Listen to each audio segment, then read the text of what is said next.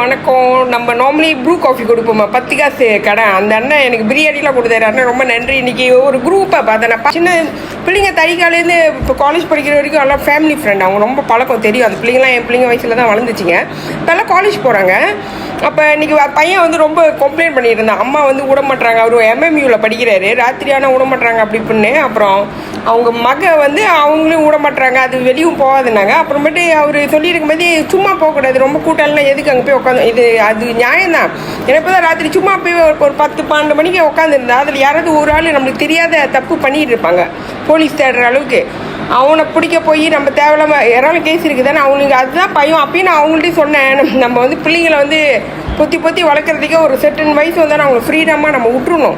ரொம்ப இழுத்து பிடிக்கக்கூடாது. அதே வந்து பிள்ளைங்களுக்கு வந்து ஒரு வெறுப்பு தட்டிடும். ரொம்ப நாள் கழிச்சு உட்காந்து நல்லா பயமாக பேசியிருக்க மாதிரி தான். அப்புறம் பையன் புலம்பிட்டு இருக்க மாதிரி இப்படின்னு சொன்னாலும் நானும் அவங்களுக்கு சொன்னேன், அக்கா கொஞ்சம் நம்ம பிள்ளைங்களை வளர்த்து விடுறது வந்து ஃப்ரீடம் கொடுக்கறதுக்கு தான். ஆனால் வந்து அந்த வீட்டில் வந்து நீங்கள் என்ன பண்ணுறீங்கன்னு தெரியல. பையா நீ என்ன பண்ணுறேன்னு ஆண்டிக்கு தெரியாது. ஆடியில காத்தடிச்சா ஐப்பசியில் மழை அடிக்கும், ஆறு குளம் ஊத்தெடுக்கும் அன்பு மகனே. 4 திசை திறந்திருக்கு, நடக்குற தெம்பிருக்கு, முன்னேறி 8 வையடா முத்து மகனே. மனசு மருகி மயங்காதே, உலகம் பெருசு மறவாதே. அதே டைமில் வந்து அம்மா என்ன மாரி உங்கள்கிட்ட நடந்துக்கிறாங்கன்னு எனக்கு தெரியாது. ஸோ இது வந்து உங்கள் ஃபேமிலி சம்மந்தப்பட்டது. ஆனால் முடிஞ்ச அளவுக்கு நான் தூரத்துலேருந்து அக்கா உங்கள்கிட்ட சொன்ன ரொம்ப இழுத்தும் பிடிக்கக்கூடாது பிள்ளைங்களை. நம்ம அவங்களுக்கு பறக்கிறதுக்கு தான் நம்ம அவங்கள வளர்த்து விட்ருக்கோம். ஆனால் அவங்க என்ன தில்லுமுள்ளு பண்ணுறாங்கன்னு நீங்கள் பாருங்கள். நீங்கள் அவங்கள்ட்ட உட்கார வச்சு அழகாக எடுத்து சொல்லுங்கள். இதனால தான் அம்மாவுக்கு கூட பயம் அப்படி பண்ணி. இல்லைன்னா கொஞ்சம் டைம் கொடுங்க. ஏன்னா 8 மணிக்கு வர ஆரம்பிப்பானுங்க, அப்புறம் 10 மணி, அப்புறம் 12 மணி, அப்புறம் மக்கியானால தான் வருவாங்க. அப்புறம் பார்த்தா லாக்அப்பில் இருக்குன்னு ஃபோன் வரும். இதெல்லாம் நான் லைஃப்பில் பார்த்துருக்கேன். மேபி அந்த பயம் இருக்கலாம். இதில் சேட்டை என்ன தெரியுமா, அவங்க மக இருக்காங்களே, இதில் எந்த கட்ட தெரியுமா எனக்கு சிரிப்பு வந்துச்சு. பையன் எந்த அளவுக்கு கஷ்டப்படுறான்னு நான் புரிஞ்சுக்கிட்டேன். அவங்க அந்த மக இருக்காங்களே, அவங்க போயிட்டு எண்ணெய் ஊற்றுறதுக்கு கூட அனுப்ப மாட்டாங்களா. காலைல 7 மணி இல்லை ராத்திரி 7-8 மணி கூட அங்கே திருட வந்துடுவாங்க. இந்த பயத்தில் விட மாட்டாங்களா. அவங்க அப்பா இல்லைன்னா பையன் போவாரான். அப்போ தான் நான் சொன்னேன், எப்படிங்க திருட அந்த டைமில் அங்கே இருப்பான். நம்ம திருடுறவனோ இல்லை கொலை பண்ணுறவனோ இல்லை நம்ம சாவ போகிறோமோ, நம்ம பெட்டில் பிறந்தா கூட அது நடந்துடும். அது பிரம்மன் விதி.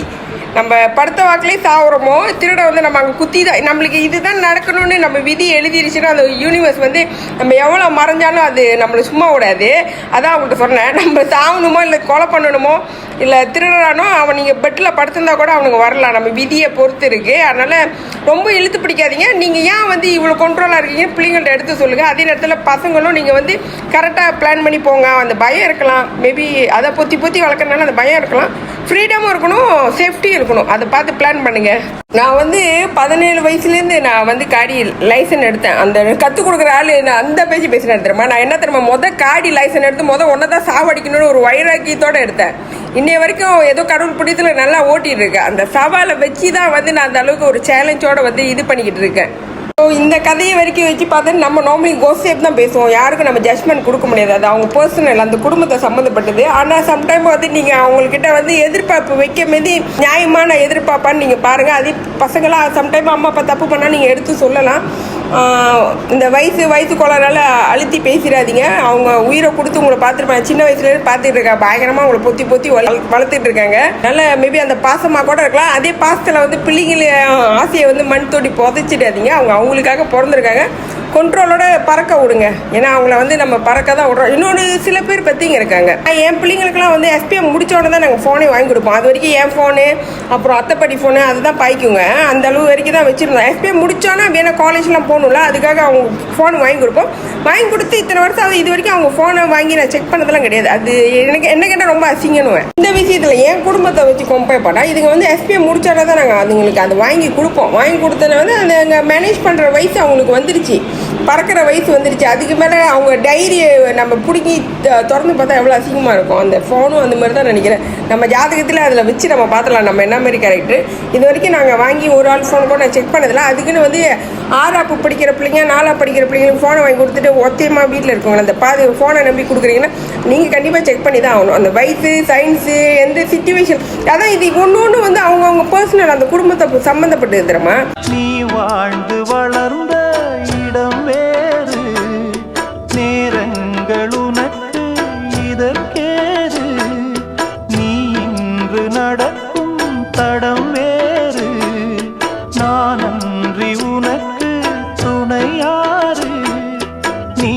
தடுத்தாலும் கால் கடுத்தாலும் நாள் முழுக்க நான் வருவேன் மானே. நம்ம பொது கருத்து வைக்கலாம். இப்போ நான் வந்து என் ஃபேமிலியை வச்சு தான் நான் சொல்கிறேன். ஆனால் அந்த குடும்பத்துக்கு வந்து வீட்டில் ஒரு பிள்ளை ஒரு பையன் தான் இருக்கலாம். அப்போ அந்த ஃபோன் வந்து அவங்களுக்கு உயிர் மாதிரி இருக்கும். அந்த மாதிரி பிள்ளைங்களுக்கு நீங்கள் ஃபோனை கொடுத்தீங்கன்னா கண்டிப்பாக உங்களோட கைடு நீங்கள் கண்டிப்பாக கைட் பண்ணி ஆகணும். ஏன்னா இந்த ஃபோன் இருக்க ஒரு பட்டன் தான் நம்மளை சிரிக்க வச்சிடும் சோசியல் மீடியா. அந்த மாதிரி ஆளுங்களை இதெல்லாம் டிபெண்ட்லாம் அவங்கவுங்க ஃபேமிலியை பொறுத்து தான் இருக்குது. பாருங்க மக்களே, இவ்வளோ டீசெண்டாக பயங்கரமாக பேசுகிறது தானே எனக்கு அந்த டைரி கூட வைக்கிற அளவுக்கு இல்லை. ஏன்னா என்னோடய ஃபோனோட பாஸ்வேர்டு இமெயில் அட்ரஸ் சத்தியமாக நான் போய் சொல்ல தரேன். உண்மையில அந்த இமெயில் அட்ரஸ் ஒன்றுமே எனக்கு கிடையாது. பயங்கரமாக தான் பேசியிருப்பேன் நான். ஆனால் 0 தான். பள்ளிக்கூடம் போகலாமா,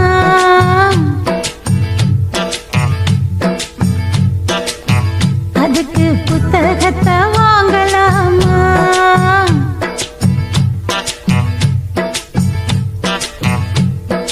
சொல்லி சொல்லி கேட்கலாமா, மனச சுத்த விட்டு பார்க்கலாமா. எல்லோருக்கும் நல்ல பாடம் சொல்லாமலே புரியும் பாடம். அப்படி மைனாவே மைனா. எனக்கு டைரி எதுலாம் கிடையாது. என் ஃபோன் வந்து ஊரே சிரிக்கும். பாஸ்வேர்டு எல்லாத்துக்கும் தெரியும். இப்படி தான் வாழ்ந்துட்டு இருக்கேன் நான். பாருங்கள், இன்னும் திருந்தாமல் இருக்கேன். இப்போ உள்ள பாட்டுலாம் வந்து பிக் பாஸ் என்ன அப்பா மாதிரி தானே பார்த்துக்கிறாரு. நான் லைஃபாக பேசியிருப்பாங்க பிரிஸ்டோலில் ஒரு அந்த லேக் ஓரமாக பயங்கரமாக அந்த போட்லாம் பார்த்தீங்கன்னா அதில் போகும்போது பயங்கரமாக வாய் அசைச்சி ரொம்ப வீடியோவில் நீங்கள் பார்த்துருப்பீங்க. அது இந்த லாங் வீடியோவில் தான் இருக்கும். நான் என்ன பேசுகிறேன்னு நீங்கள் அங்கே வந்தால் தான் இருக்கும். சம்டைம் சேட்டையாலாம் இருக்கும். அதில் தான் நான் பேசியிருப்பேன் என் குடும்பத்துக்கு நான் வந்து எப்படி இருக்கேன்னு, நான் எவ்வளோ பெரிய பாப்பாவாக இருக்கேன்னு. நீங்கள் அந்த வீடியோ கண்டிப்பாக கண்டினியூவாக பாருங்கள். நான் அந்த லேக் சைடு 5வது அந்த கிராஜுவேஷன்லாம் முடிஞ்சோடனே இந்த வீடியோ வரும். கண்டிப்பாக நீங்கள் பாருங்கள். என்னோட ஃபீலிங்ஸ்லாம் அதில் ஷேர் பண்ணியிருப்பேன். இவ்வளோ பயங்கரமாக பேசுகிறேன். ஆனால் நான் வந்து 0 ஒரு அட்ரஸ் கூட இல்லாமல் இருக்கேன் இந்த சோசியல் மீடியாவில். புண்ணியம் தேடி காசிக்கு போவார் இங்கு நம் நாட்டினிலே. இந்த காசியை தேடி யாரு வருவார் இந்த உலகத்திலே. பாவம் போக்கிடும் கங்கையின் புனிதம் எல்லாரும் அறிவார். இந்த பாவப் பிறவியின் கண்ணீர் கங்கையை இங்கே யார் அறிவார். தெய்வத்தை தேடி பக்தர்கள் கூட்டம் ஆலயம் செல்லுதடி. ஒரு பாட்டினில் வாழும் பித்தனை தேடி தெய்வமே வந்ததடி. அது எங்களோட தாட் வந்து அப்படி இல்லை. சில பேர் வந்து அவங்க பிள்ளைங்க வந்து என்ன சேட்டை பண்ணுறீங்கன்னு தெரியல. ஒரு நாள் அவங்க வந்து எப்படி பண்ண எல்லாமே வந்து அவங்கவுங்க சிச்சுவேஷனை பொறுத்து தான். நம்ம பாட்டுக்கு அழகாக சொல்லிட்டு போயிடலாம். ஆனால் அங்கே உள்ள சிச்சுவேஷன் வந்து வேற மாதிரி இருக்குமே. நாங்கள் எங்கள் வரைக்கும் நாங்கள் சொல்லலாம். ஏன்னா அதுங்க எஸ்பிஎம் முடிச்சோன்னே தான் வந்து நாங்கள் அந்த ஃபோனும் வாங்கி கொடுப்போம். அது நியாயம் நான் சொல்ல. சில பேர் வந்து வீட்டில் பிள்ளைங்க உண்டியமாக இருக்குங்க. அப்போ அந்த ஃபோனு தான் அவங்களுக்கு அவங்க நம்பிக்கையை கொடுக்குறது. இப்போ அந்த மாதிரி குடும்பத்துக்கு வந்து ஃபோன் வந்து ரொம்ப முக்கியம். ஆனால் அதான் இதெல்லாம் ஒரு வித்தியாசமான வாழ்க்கை. உங்களால் தான் நீங்கள் கெட்டிக்கிறத இருப்பா மேனேஜ் பண்ணுங்க. என்ன ஏன்னா உங்கள் குடும்பத்தில் என்ன நடக்குதுன்னு உங்களுக்கு தான் தெரியும். அழகாக ஸ்மூத்தாக ஹேண்டில் பண்ண பாருங்களேன். இந்த மாதிரி சின்ன சின்ன பிள்ளைங்க இப்படி பண்ணுதுங்க. இவன் ரொம்ப ஃப்ரீடம் கேட்குறான். நம்ம என்ன பண்ணலான்னு ஆளுங்கிட்ட ஐடியா கேட்கலாம். நல்லவங்கள்ட்ட கேட்டு அதை எடுத்துக்கங்க. ஓவரால் கண்ட்ரோல் வச்சிருக்க முடியாது. அப்புறம் பிள்ளைங்க திருப்பி வாய்ஸ் அவுட் பண்ணுற அளவுக்கு வந்துருங்க. அதே நேரத்தில் பசங்களாம் அம்மா அப்பா என்னத்துக்கு சொல்கிறாங்கன்னு யோசிங்க. மேபி வயசு கோளாறு அதெல்லாம் இருக்கலாம். ஃப்ரீடம் பிள்ளைங்களுக்கு கொடுத்தாகணும். அதுக்கு தான் நம்ம வளர்த்துருக்கோம். ஆனால் என்ன மாதிரி ஃப்ரீடம்னு நீங்கள் பார்த்து பிளான் பண்ணுங்கள். பையா உடக்கும் அதை தான் சொல்கிறேன். இந்த கடையிலே வந்து 2 நாள் முன்னுக்கு ஒரு கதையை நாங்கள் பேசியிருந்தோம். அன்னைக்கு நான் ஃபோன் எடுத்து நான் ஷூட் பண்ணலாம். அந்த அண்ணன் தான் அந்த பத்திரிகா சட்டை வந்து அவர் வந்து அவரும் இன்னொரு ஆண்டு தண்ணி கலக்கிற ப்ரூ காஃபி கலக்கிறவரும் வந்து ரொம்ப ஆதங்கத்தை கொட்டிக்கிட்டு இருந்தாங்க. இந்த சின்ன பிள்ளைங்களை அநியாயம் பண்ணுறாங்களா. அந்த கரூர் உள்ள என்னமோ நடந்துச்சான். அவர் சொல்லிட்டு தண்டனை பத்தாது, அவங்களுக்குலாம் ரொம்ப கொடுக்கணும் அப்படின்னு இந்த ஆம்பளைங்களாம் அவ்வளோ போராடுறாங்களே. நீங்கள் யோசிங்க, அந்த ஹோம் இருக்கு, அந்த முதியோர் இல்லைன்னு வந்து அந்த மாற்றுத்திறனாளி அங்கே உள்ள பொம்மைலாம் அவ்வளோ நாசம் பண்ணுறாங்களா தெரியுமா. கால் வரல, கை வரல, அந்த பிள்ளைங்களுக்கு வந்து மனநோய் இருக்கும். அதெல்லாம் மீறி நீங்கள் வந்து அந்த பிள்ளைங்கள்ட்ட அசிங்கம் பண்ணுறீங்களே. நீங்கள் ஈனப்பிறவி தானே. ஒன்று அம்மையும் அப்பனும் தந்ததா இல்லையாதியின் வல்வினை சூழ்ந்ததா. பொருளுக்கு அலைந்திடும் பொருளற்ற வாழ்க்கையும் புறத்துதே. உன் அருள் அருள் அருள் என்று அலைகின்ற மனம் இன்று பிதற்றுதே. தன்மானம் உள்ள நெஞ்சம் என்னாலும் தாழாது. செவ்வானம் மின்னல் வெட்டி மண்மீது வீழாது. காவேரி தாய் மடியில் வாழ்ந்த பிள்ளையடி காத்தாடி போல இருந்து வீழ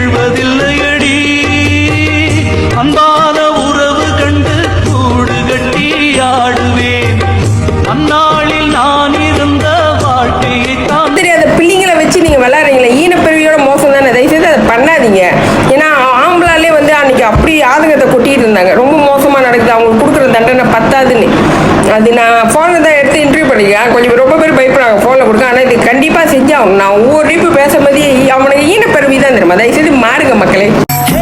கருவறைக்குள் தானாக கற்றுக்கொண்ட சிறு ஆட்டம் தொட்டிலுக்குள் சுகமாக தொடரும் ஆட்டமே. பருவம் பூக்கும் நேரத்தில் காதல் செய்ய போராட்டம், காதல் வந்த பின்னாலே போதையாட்டமே. பேருக்காக ஒரு ஆட்டம், காசுக்காக பல ஆட்டம், 8 காலில் போகும்போது ஊரு போடும் ஆட்டமே. ஆடாத ஆட்டமெல்லாம் போட்டவங்க மண்ணுக்குள்ள போற கதை உனக்கு தெரியுமா? நீ கொண்டு வந்ததென்ன, நீ கொண்டு போவதென்ன, உண்மை என்ன உனக்கு புரியுமா?